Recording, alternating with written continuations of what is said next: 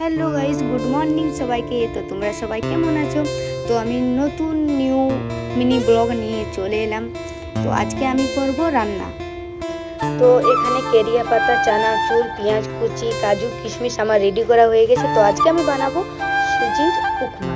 তো ফার্স্ট নয়, এটা আমার সেকেন্ড টাইম বানাচ্ছি। আর এই পুচকুটা হচ্ছে আমাদের সামনের বাড়ি, মানে পিসি বাড়ির সামনের একটা মেয়ে। তো এসেছে আর প্রচুর হাসছে। আর আমি বসে গেছি ওই কাজু কিশমিশটা কাটতে, কারণ অনেক ছোট ছোট, মানে ছোট ছোট ভালো লাগে, অত বড় ভালো লাগেনি। তো এখানে আমি দিয়ে দিলাম সরষার তেল, তারপরে দিয়ে দিলাম পেঁয়াজ কুচি, তারপরে হালকা করে একটু নুন দিয়ে দিলাম, কারণ নুনটা দিলে পেঁয়াজটা খুব সুন্দর মানে ভাজা হয়। কত সুন্দর ভাজা হয়ে গেছে। তারপরে আমি দিয়ে দিলাম কেরিয়া পাতা, কেরিয়া পাতাটাও ভাজা হয়ে গেছে। তারপরে আমি দিয়ে দিলাম চানাচুর। ঝাল চানাচুর ছিল না, তাই আমি মিষ্টি চানাচুর দিয়ে দিলাম।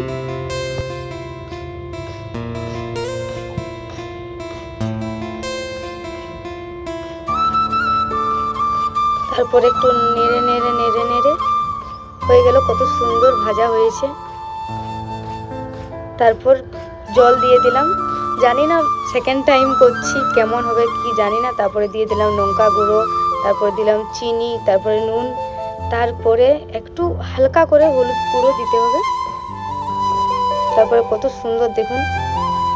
জানি না, সেকেন্ড টাইম পিসি বাড়িতে এসেছি, পিসিকে খাওয়াবো, খারাপ লাগবে কি ভালো লাগবে জানি না। তারপরে সুজিটা প্রথমে ভেজে রেখেছিলাম সাইডে।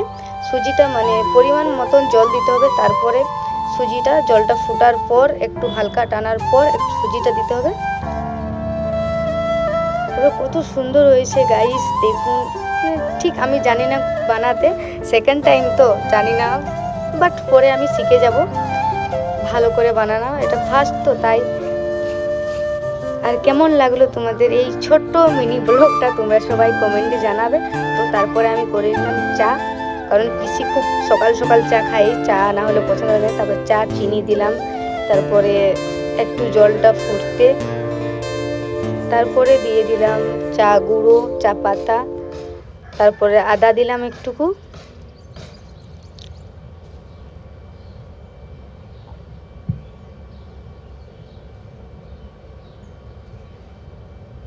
তারপরে পাউডার দুধ দেওয়া হয়ে গেছে। তারপরে চা আমার কমপ্লিট। এটা ছিল আমার ছোট্ট একটা মিনি ব্লগ।